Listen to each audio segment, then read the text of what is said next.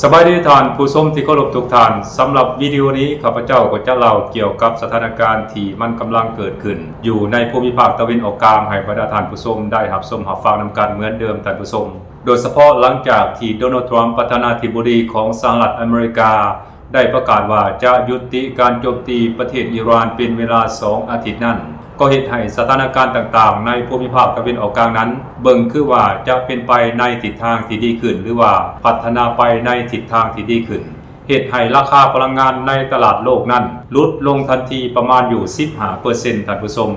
แต่ความดีใจดังกล่าวนั้นเกิดขึ้นได้เพียง12 ชั่วโมงเท่านั้นท่านผู้ชมเมื่อทางฝั่งของอเมริกาและอิสราเอลนั้นบ่รักษาคำมั่นสัญญาตามที่ได้ให้ไว้กับประเทศอิหร่านนั่นเองท่านผู้ชมโดยเฉพาะอิสราเอลนั้นยังสืบต่อโจมตีหรือว่าสืบต่อถล่มประเทศเลบานอนอย่างหนักหน่วง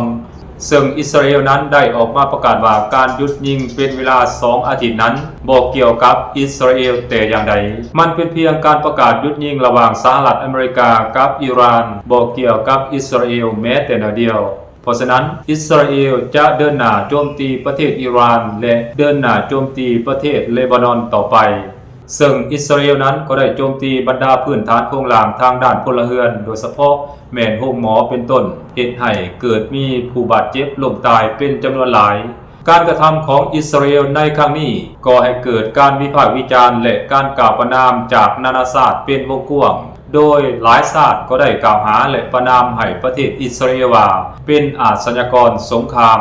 การโจมตีพื้นฐานโครงหลังทางด้านพลเรือนของอิสราเอลที่กระทำต่อประเทศเลบานอนนั้นได้ก่อให้เกิดกระแสวิพากษ์วิจารณ์และกล่าวประณามจากนานาชาติเป็นวงกว้างต่อประเทศอิสราเอลอย่างหลีกเลี่ยงบ่ได้โดยหลายประเทศก็ได้กล่าวหาและประณามให้อิสราเอลว่าเป็นอาชญากรสงครามเพราะไปโจมตีพื้นฐานโครงหลังที่รับใช้พลเรือนโดยเฉพาะแม่นโรงหมอเป็นต้นเหตุให้พลเรือนผู้ที่บริสุทธิ์เสียชีวิตและบาดเจ็บเป็นจำนวนหลวงหลายท่านผู้ชมพร้อมกันนั้นอิหร่านเองก็ได้นำเอาเรื่องนี้มาเป็นเหตุผลที่จะยุติการเจรจาทุกรูปแบบกับประเทศสหรัฐอเมริกาซึ่งมีกำหนดการเจรจากันอยู่ประเทศปากีสถานนั่นเองท่านผู้ชมโดยอิหร่านให้เหตุผลว่าถ้าหากว่าสหรัฐอเมริกานั้นบ่สามารถควบคุมหรือว่าบีบบังคับให้อิสราเอลยุติการโจมตีประเทศเลบานอนแล้วอิหร่านเองก็บ่มีความจำเป็นต้องที่จะเจรจากับสหรัฐอเมริกาอีกต่อไป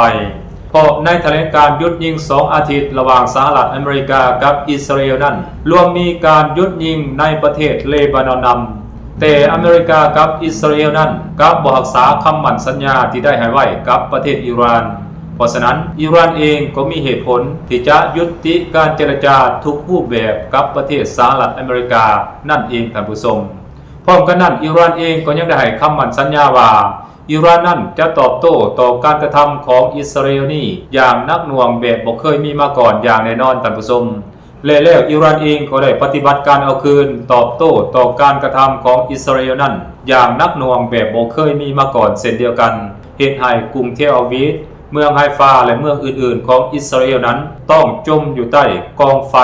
อย่างหลีกเลี่ยงบ่ได้ในเวลาต่อมานั่นเองท่านผู้ชมและเหตุให้สถานการณ์อยู่ในภูมิภาคตะวันออกกลางเวลานี้นั้นร้อนแห้งขึ้นมากกว่าเก่าอย่างหลีกเลี่ยงบ่ได้ท่านผู้ชมพร้อมกันนั้นก็ยังมีสำนักข่าวต่างประเทศรายงานให้รู้ว่าเวลานี้อิหร่านนั้นแม้นได้รับอาวุธที่มีพิสัยยิงไกลจากประเทศเกาหลีเหนือจำนวนอยู่500 ลูก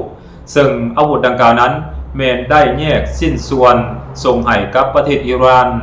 โดยการเหตุหน้าที่นำส่งอาวุธดังกล่าวในครั้งนี้ก็แม่นประเทศจีนและรัสเซียนั่นเองท่านผู้ชมอาวุธจำนวน500 ลูกนี้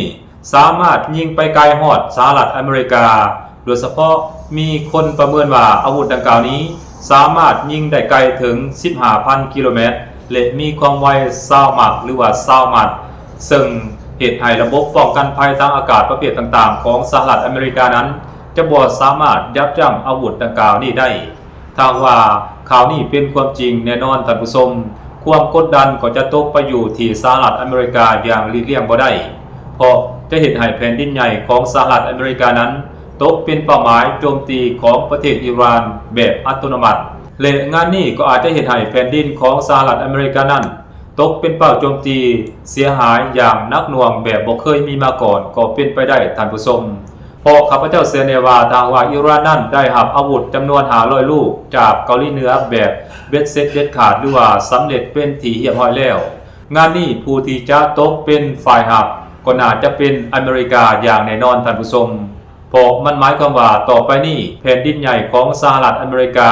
ก็จะบ่ปลอดภัยอีกต่อไปแล้วที่สำคัญการที่สหรัฐอเมริกาออกไปเฮ็ดสงครามอยู่นอกประเทศนั้น